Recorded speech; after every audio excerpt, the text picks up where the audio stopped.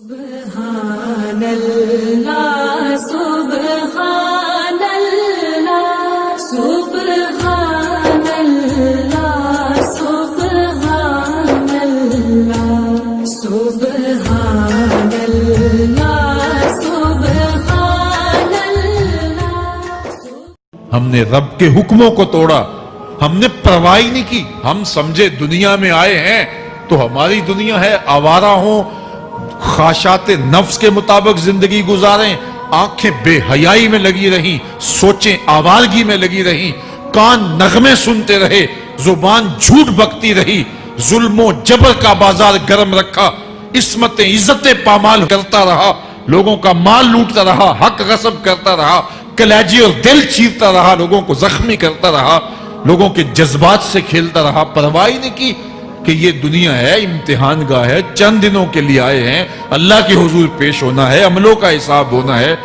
اب جب وہ دیکھیں گے کہ ہمارے ساتھ کیا ہونے والا ہے تو ان کے چہرے پہلے بگڑ جائیں گے۔ کیوں؟ وہ گمان کریں گے کہ ان کی ریڑھ کی ہڈی توڑ دی جائے گی، ایسے عذاب آئیں گے جس طرح کسی کی ریڑھ کی ہڈی ٹوٹ جائے تو اس کا چہرہ شگفتہ گلاب تو نہیں ہوتا، اس کا چہرہ جو ہے وہ تو کس قدر مرجھایا ہوا ہوتا ہے۔ تو اللہ ارشاد فرماتا ہے اس طرح ان کے چہرے ہوں گے۔ ابھی عذاب آیا نہیں ہے لیکن چہرے پہلے اترے ہوئے ہوں گے، اور جب عذاب کی بھٹی میں ڈالے جائیں گے، اللہ اکبر، اور وہ سخت عذاب، حضور نے جبریل امین سے پوچھا مجھے جہنم کے عذابوں کا ذکر سناؤ۔ عرض کی حضور سب سے ہلکے عذاب کی کہانی سناتا ہوں، اور وہ یہ کہ جہنمی کے پاؤں میں آگ کا جوتا رکھا جائے گا، باقی پورا بدن اس کا سلامت ہوگا۔ یہ سب سے ہلکے عذاب کی کیفیت ہے۔ اب پاؤں میں آگ کا جوتا ہوگا، حدت، گرمی، شدت اتنی ہوگی کہ دماغ پگھل کے ناک اور کانوں کے راستے سے باہر آ جائے گا۔ پاؤں میں رکھے ہوئے جوتے کی گرمی دماغ کو ایسے چڑھے گی کہ وہ پگھل جائے گا اور ناک اور کانوں کے راستے سے باہر آ جائے گا۔ تو اللہ کے عذاب کے خوف سے چہرے بگڑ جائیں گے، حالت سلامت نہیں رہے گی۔ یہ بات ذہن میں رکھیں کہ اللہ جس کو جہنم میں ڈالے گا اس کو اس صورت میں نہیں ڈالے گا، یہ محمدی صورت ہے، یہ شکل اس کی چھین لی جائے گی اور اس کی شکل بڑی کر دی جائے گی۔ اس کا ایک ایک دانت احد پہاڑ جتنا ہوگا۔ احد پہاڑ کا پھیلاؤ 15 کلومیٹر پہ ہے، 15 کلومیٹر کا ایک دانت، اور 32 دانت کتنے ہوں گے تو منہ کتنا بڑا ہوگا۔ اس کو اتنا بڑا اس لیے کیا جائے گا تاکہ وہ عذاب کی تکلیف زیادہ سہے۔ 70 گز موٹی کھال ہوگی، اور کھال جل جائے گی تو اللہ قرآن میں فرماتا ہے ہم نئی کھال دے دیں گے تاکہ عذاب کی تکلیف اس کو گوارا کرنی پڑے۔ پھر چیخے گا، چلائے گا، ہائے مجھے پانی دو، پانی دو، پیاس کی شدت ہے۔ 70 سال تک تو اس کی کوئی آواز ہی نہیں سنے گا۔ 70 سال کے بعد داروغہ جہنم چیخ کر کہے گا کیا مانگتا ہے؟ وہ بولے گا مجھے پانی چاہیے۔ کہا جائے گا تو بے بھی ملتا ہے پانی۔ پھر داروغہ جہنم اسے پانی دے گا، کوکا کولا کی بوتل دے گا یا پیپسی تھما دے گا یا منرل واٹر کی بوتل دے گا؟ نہیں، قرآن بتاتا ہے اسے مائے حمیم دیا جائے گا، کھولتا ہوا پانی، اور وہ اتنا گرم ہوگا جب پینے کے لیے چہرے کے قریب کرے گا اس سے اٹھتی ہوئی بھاپ کی وجہ سے چہرے کی کھال ادھڑ کے اس کے اندر گر پڑے گی، لیکن اس کے باوجود اس کو پینا پڑے گا۔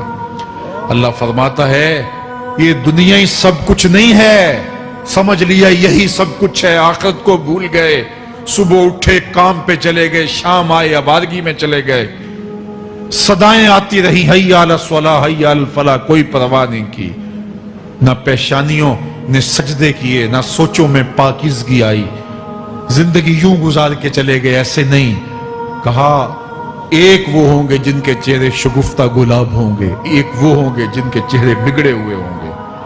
اللہ اکبر، کلا اذا بلغت التراقی، یہ تو قیامت کا منظر ہے نا، قیامت سے قبل بھی ایک منظر ہے، اللہ اس منظر کو بھی بیان کر رہا ہے، کلا اذا بلغت التراقی، ہاں جب جان گلے کو پہنچ جائے گی، اے انسان تیرے اوپر وہ گھڑی بھی آنے والی ہے، وہ وقت بھی آنے والا ہے جب سانس اس ہنسلی میں اٹک جائے گا، جب سینے سے بھی سانس اوپر چلی گئی، اب ڈاکٹر بھی لا علاج قرار دے رہے ہیں کہ اب علاج نہیں رہا ہے، جان بس اب نکلنا چاہ رہی ہے، اور کہا جائے گا کوئی جھاڑ پھونک والا بلاؤ. اب ڈاکٹروں نے تو جواب دے دیا. اب سانس اٹک گئی گلے میں, چند لمحوں کی مہمان ہے.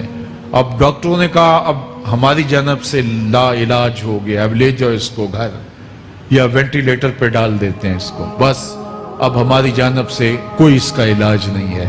اب گھر والے روتے ہیں, کہتے ہیں کوئی جھاڑ پھونک والا لاؤ, کوئی دم والا لاؤ, شاید وہ کوئی دم کرے تو اس کی جان میں جان آ جائے. ڈاکٹروں نے تو لا علاج قرار دے دیا.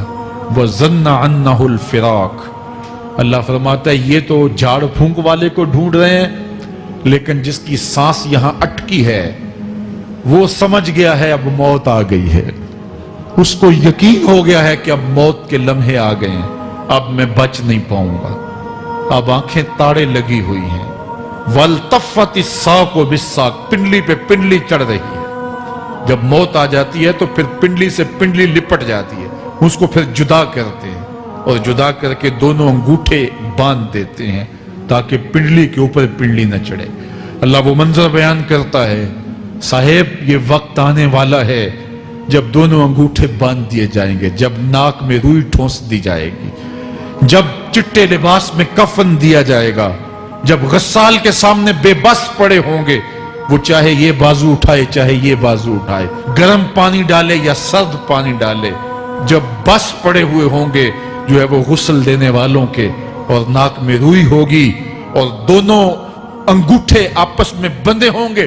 یہ محل, یہ ماڑی, یہ کوٹھیاں, یہ بنگلے جس کو سویر شام لگ کے حلال حرام کی تمیز کیے بغیر بنایا تھا, غوث اعظم رضی اللہ تعالیٰ عنہ بولے مکان بنا رہا ہے, بسیں گے اور حساب تو جا کے دے گا. اور یہ تو ایک رات بھی تجھے اس گھر کے اندر نہیں رکھیں گے کہ چلو ایک رات مہمان رکھ لیں. کہتے ہیں نہیں نہیں, مہمانوں نے بھی جانا ہے تو جلدی کرو, اس کو سپرد کراؤ. وہ تو تیرا لباس بھی پھاڑ کے اتاریں گے, خود غسل دینے کے لیے تیار بھی نہیں ہے. تجھ سے خوف آنے لگا ہے, جاندی واری ڈرونا بنے ہوتے, ہاتھ نہ لاندے ڈر دے, جنہ لئی تو پاپ کمائے اج کتھے نہیں تیرے کر دے. آج تو وہ تیرے ساتھ تجھے غسل دینے کے لیے آمادہ نہیں ہے. وَالْتَفَّتِ السَّاقُ بِالسَّاقِ. جب پنڈلی پہ پنڈلی چڑھنے لگ جائے گی, إِلَىٰ رَبِّكَ يَوْمَئِذٍ الْمَسَاقُ. اس دن تیرے رب کی طرف ہی لوٹ کے جانا ہے. فَلَا صَدَّقَ وَلَا صَلَّىٰ. اس نے نہ تو سچ مانا اور نہ نماز پڑھی. وَلَٰكِنْ كَذَّبَ وَتَوَلَّىٰ. ہاں جھٹلایا اور منہ پھیر کے چل پڑا. ثُمَّ ذَهَبَ إِلَىٰ أَهْلِهِ يَتَمَطَّىٰ. پھر اپنے گھر کو اکڑتا ہوا چلا. اولا لکا فاولا ثم اولا لکا فاولا. تیری خرابی آ پہنچی, ہاں تیری خرابی آ پہنچی. ایحسب الانسان ان یترک سدی.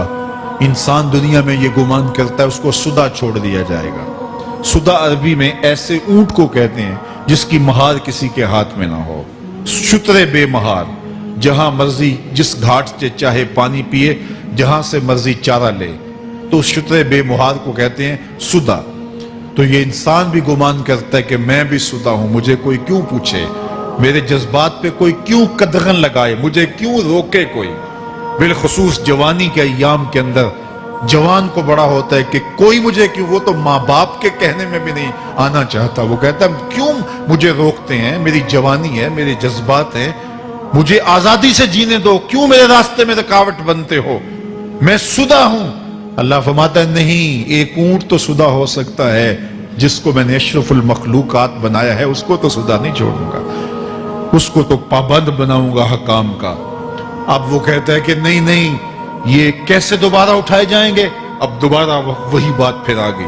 الم یکن نطفۃ من منی یمنی. اللہ فرماتا ہے ایک بوند تھی نا, پانی کا ایک قطرہ تھا جو رحم مادر میں رکھا گیا. ثم کان علقہ. پھر وہ پانی کا قطرہ لوتھڑا بنا.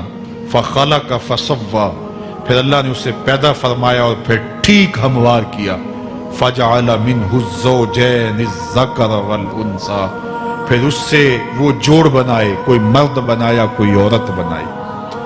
کہا اب غور کر, اب تیری آنکھیں دیکھتی ہیں, بجلیاں چمکتی ہیں, تیری زبان کا طوطی بولتا ہے, لوگ آشش کرتے ہیں تیری گفتگو پہ، تیری گفتار پہ صدقے جاتے ہیں، تیرے لہجے کے جمال کو دیکھتے ہیں، تیرے سینے کا زور، تیرے پنجوں کی طاقت، تیری دماغ کی تیزیاں اور تیری سوچوں کے اجالے، تیری زوردار ٹانگیں، تیرے کڑیل بازو اور تیری چوڑی چھاتی اور تیرے گلاب کی پتیوں جیسے ہونٹ۔ اے انسان، یہ سب کچھ کہاں تراشا گیا؟ ماں کے رحم میں، اس تاریکی میں جو 3 پردوں میں تھی۔ تیرا سر تیرے گھٹنوں میں تھا اور تیرے رب نے وہاں تیرے اندر نسوانیت یا رجولیت کی صلاحیتیں پیدا کی، تیری آنکھوں میں چمک پیدا کی، تیرے کانوں میں نغمے بکھیرے، تیری زبان کے پٹھوں پہ قوت ذائقہ رکھی، تجھے بولنے کی صلاحیت دی، تیرے پنجوں میں زور رکھا۔ آج تو مفتی شہر ہے، آج تو علامۃ الدہر ہے، آج تو قاضی القضات ہے، آج تو منسٹر ہے، آج تو وزیر اعظم ہے، آج تو پہلوان ہے، آج تو شہزادہ ہے، آج تو بادشاہ ہے، آج تو زوراور ہے۔ آج تیری طاقت کے کیا کہنے؟ آج شیروں کو تو نچا لیتا ہے، ہاتھیوں کو تو بٹھا لیتا ہے، آج تو بڑا زوراور گھڑ سوار ہے۔ آج تیری طاقت کے کیا کہنے؟ تو کشتی کرتا ہے، زمانہ دیکھنے آتا ہے۔ آج تیری طاقت کے شوہرے ہیں، تیری عظمت کے تنتنے ہیں، لیکن انسان تو ایک ناپاک قطرہ تھا اور رحم مادر میں تھا۔ تیرے اندر یہ رنگ کس نے بھرے؟ تیرے کانوں میں نغمے کس نے رکھے؟ تجھے دماغ کی قوتیں کس نے دی؟ زبان کو بولنا کس نے سکھایا؟ آنکھوں میں توانائیاں کس نے رکھی؟ تیری زبان کا طوطی بولتا ہے، یہ سلیقے کس نے دیے؟ پھر اللہ فرمایا، کتنا زوردار بیان ہے، الیس ذالک بقادر علی ان یحیی الموتى۔ جو ماں کے پیٹ میں ایک نطفے کو ایک خوبصورت انسان بنا سکتا ہے، ہڈیوں کو جوڑ کے دوبارہ انسان نہیں بنا سکتا؟ کیا وہ دوبارہ تجھے کھڑا نہیں کر سکتا اپنے سامنے پیش ہونے کے لیے؟ جس کے حکموں کو تو نے توڑا ہے، جس کے فرامین کا تو نے مذاق اڑایا ہے، کیا وہ اتنا ہی بے بس ہے کہ اپنے حضور تجھے جو ہے وہ کھڑا ہی نہیں کر سکتا ہے؟ جس رب نے تجھے ماں کے شکم میں شکل دی، حضرت شیخ فرید الدین عطار بولتے ہیں، سانے کستی سلاتی می شود، ایسا کاریگر ہے مٹی سے بادشاہ بنا ڈالتا ہے۔ اس نے مٹی سے دارا و سکندر بنائے، اس نے مٹی سے جو ہے وہ رستم و سہراب بنائے، اس نے مٹی سے کیا کیا بنا دیا جو مٹی سے بادشاہ بنا سکتا ہے، جو نطفہ رحم مادر سے جو ہے وہ شکل اور صورت اور رنگ اور جمال بنا دیتا ہے۔ تیری صورت نکھرتی ہے، تیرے ہونٹ گلابی ہیں اور تیری نرگسی آنکھیں ہیں، تیرے ریشمی بال ہیں اور تیری خوبصورت رنگت ہے۔ تو چال چلتا ہے تو لگتا ہے قیامت چل رہی ہے۔ تیرا قد رانا جو ہے وہ صنوبر کو شرماتا ہے۔ تیری گفتار کے تنتنے ہیں۔ جس نے اتنی خوبصورت شکل ماں کے رحم میں بنائی، کیا وہ ہڈیوں کو جوڑ کے دوبارہ انسان نہیں بنا سکتا؟ وہ دوبارہ انسان بنائے گا اور پھر تجھے اپنے حضور کھڑا کرے گا۔